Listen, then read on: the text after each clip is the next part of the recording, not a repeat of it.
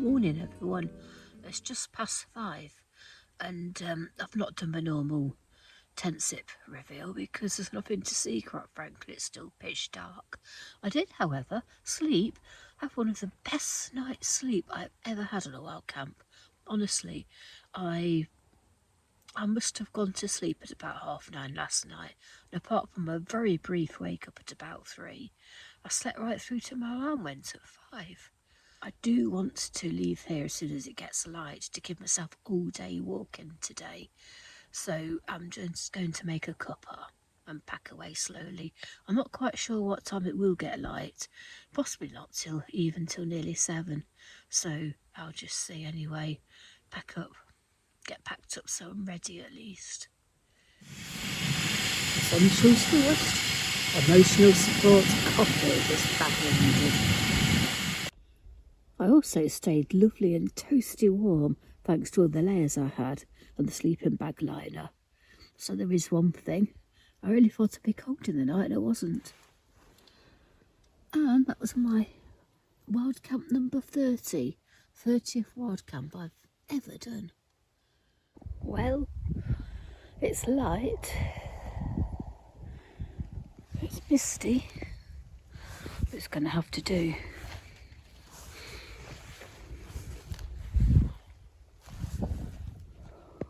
Yeah, not a bad spot.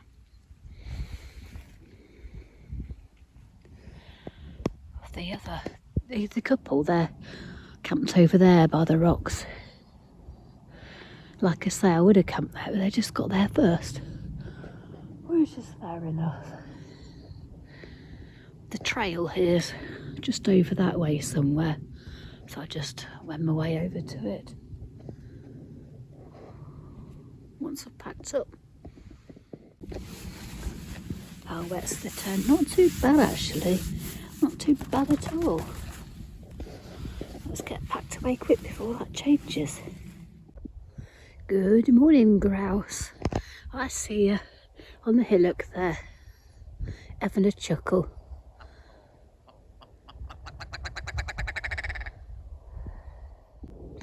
That's where I pitched. As always, no trace has been left. It's just shy of 8 o'clock. Still feels dark to me, but we're on the path up to Bleaklow Head, and that is a Pennine Way marker post. Bleaklow, you hardly live up to your name. You're not low, but you're certainly bleak. I'm still impressed by what a good night's sleep I had last night. Honestly, that must have been one of the best night's sleep I've ever had in a wild camp. Old toasty and warm as well. I'm feeling tonight might be a bit colder because it's going to be windier, I think. And we've got rain coming in for Sunday. Unfortunately, I might not escape that, or at least I don't have to camp again Sunday night, unless of course I miss my train back home. But I think I'm nearly at Bleaklow Head now.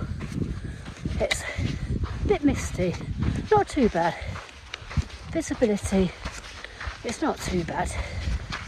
And then I start a long descent to Torside. Oh, Bleaklow, you've lost your stake. There's quite a tall wooden stake here a few weeks ago. It's now gone. That's where Tina and I camped last time over there. There's a Pennine Way marker pointing that way. So turn left in front of the cairn, which is currently stakeless. It's got a tiny bit of one in it, but not like it was. And look for another one. They're quite small, so they are quite easy to miss, but they are important. And yep, we're on a flight path from Manchester Airport.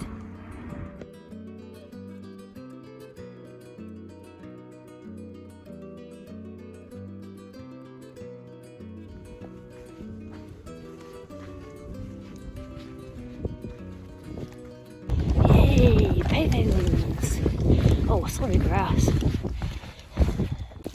Now remember this bit, it's not immediately obvious, but you had to turn left here, go down to that stream then pick up that rocky track on the other side, climbing up the hillside.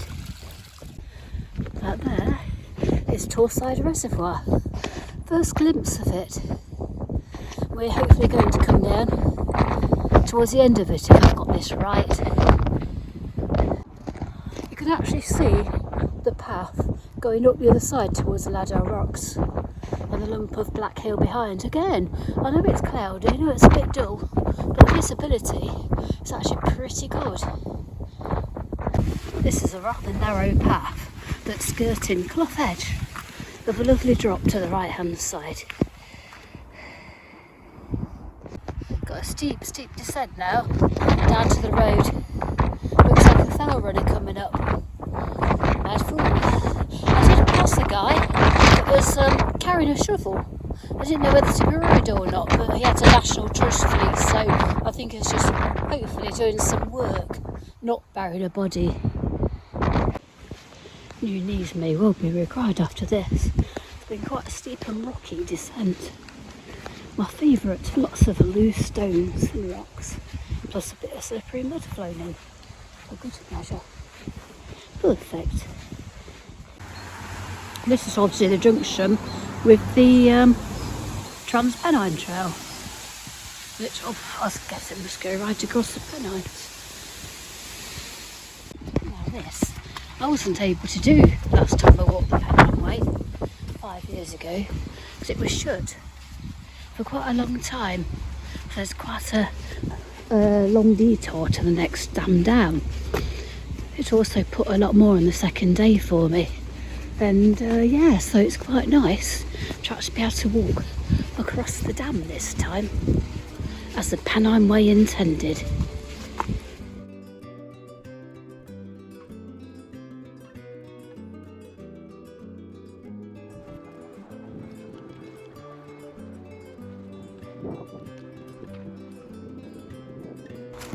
I remember this pleasant little track through the woods.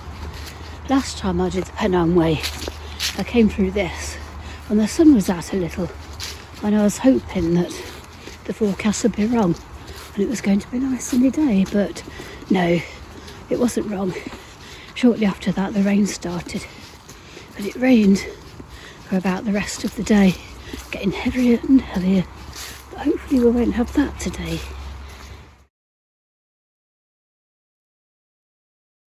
Oh, that was a nasty little road to cross.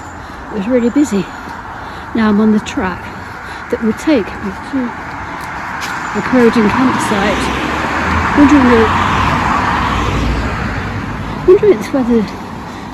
Wondering whether it's worth calling in actually, because there may be a shop and loose that I could use. This is Croydon campsite. We'd stay on the first night of the Pennine Way. I was hoping that the shop might be open, but it's not. It's only open until 10:30 and 1 o'clock this afternoon, so that was a waste of time really coming down here.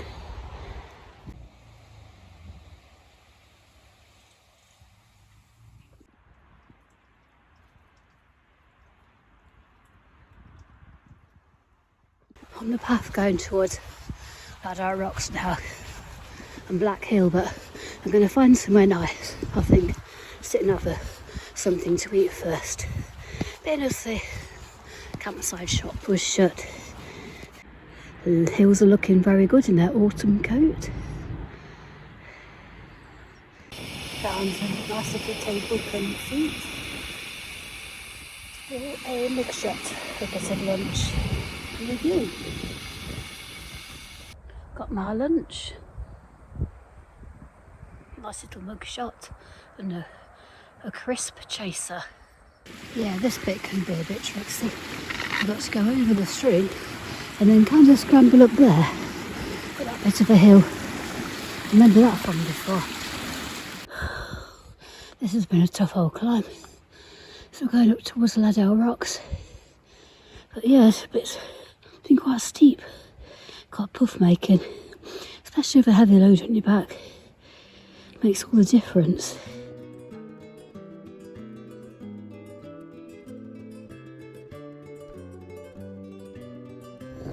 Ladder Rocks is up there, so this is where the steepness begins.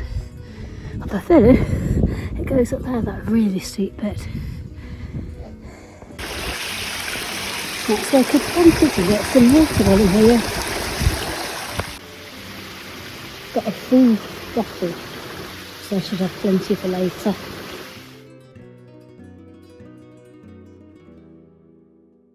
There it is, Valaha Rocks. Getting there very, very slowly. Tough old climb. I'm actually on the edge of Valaha Rocks now. Got a steep drop.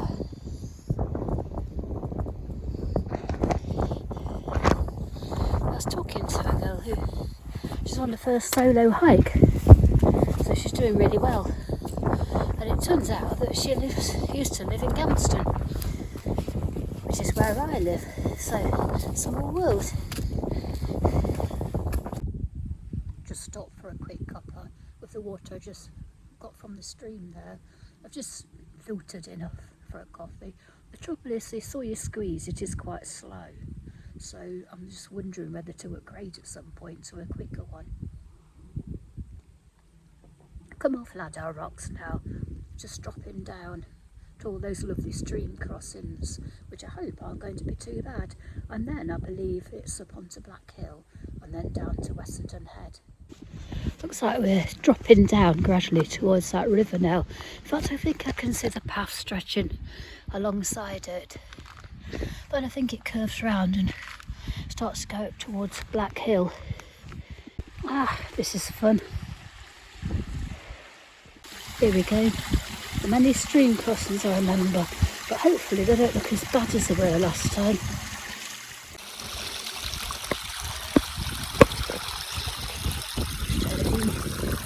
Easy.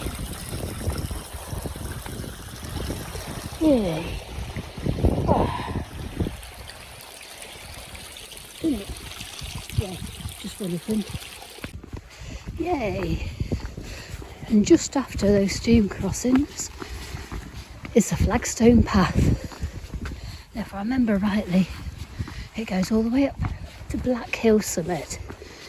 Easy walking for a bit, even though we're still going uphill. Oh no, where's my slabs gone? That didn't last for long. Thank you. Now don't disappear on me again.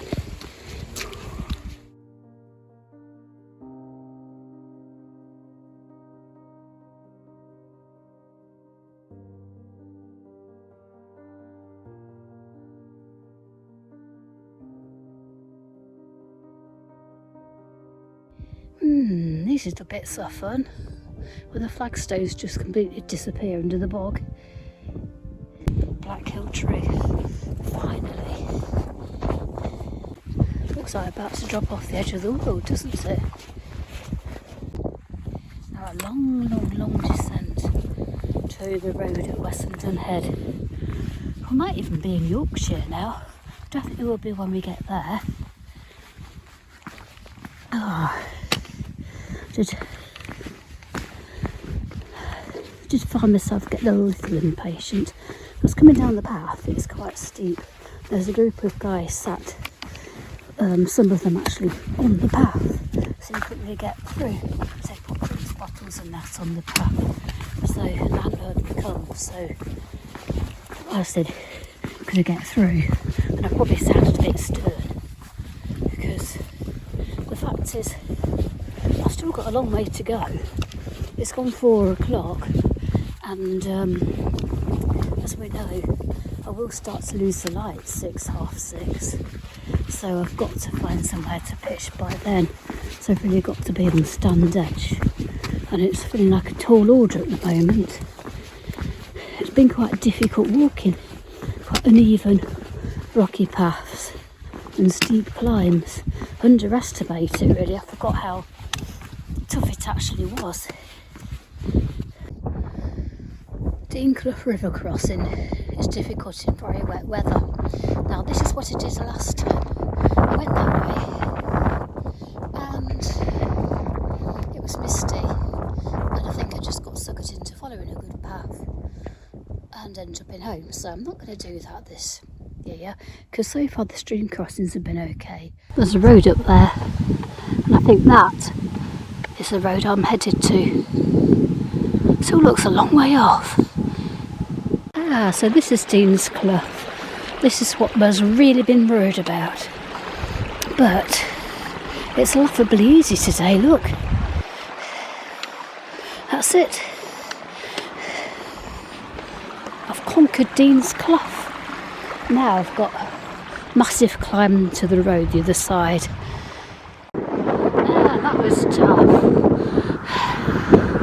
Now we're on our way to Wessenden Lodge. 2 miles, but easy walking if I remember rightly. Framing the landscape. Many people look, but only a few see. Very profound. Just luckily, it's going to be fairly easy walking around the reservoirs, because it does feel like the light is definitely starting to drop now. Quite a pleasing prospect towards the reservoir. Sit in the bronzed moorland. When I was on the Pennine Way 5 years ago, I couldn't see anything. It was so misty. It was absolutely pouring, and I really was not feeling in the best frame of mind, because I was so late, and I knew I had to check into the Diggle Hotel, and they'd tried to call me to see where I was, and I didn't answer the call in time, and then I had no signal to call them back, so I was quite stressed at this point. I mean, I know it's dropping dark. I don't know where I'm going to camp tonight, but I've got my tent with me, so as long as I can find a flattish dry pitch, I'll be okay. They are looking a bit like Black Hill and Bleaklow, those hills, in terms of probably boggy, but here's hoping I'll find somewhere dry.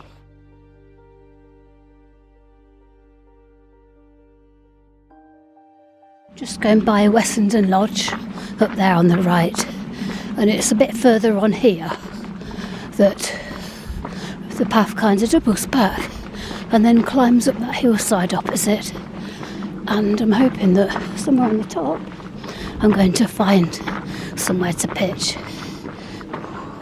See that path up to that transmitter thing? I have a feeling that's my path up onto the top. Oh, it is what it is.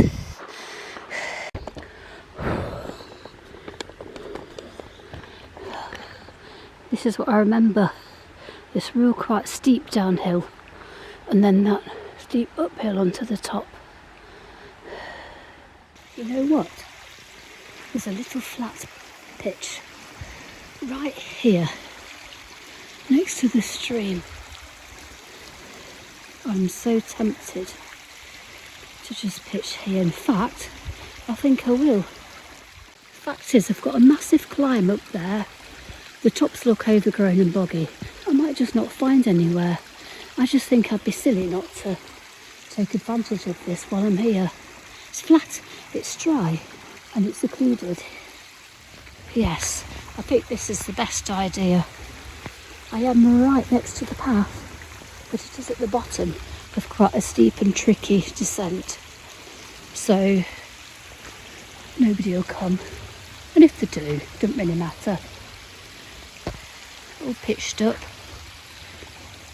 water on tap, so just going to get sorted. Tonight I am having a fire pot meal, smoky tomato paella. That's what it looks like. Got the kettle on.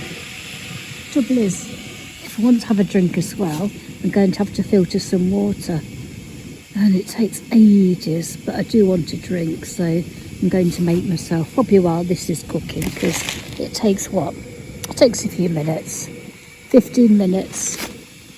So, got nothing better to do in those 15 minutes. I haven't got any phone signal, so unfortunately I won't be able to let people at home know I'm okay. But let's hope they don't panic too much and just guess I'm at a place where I've got no signal.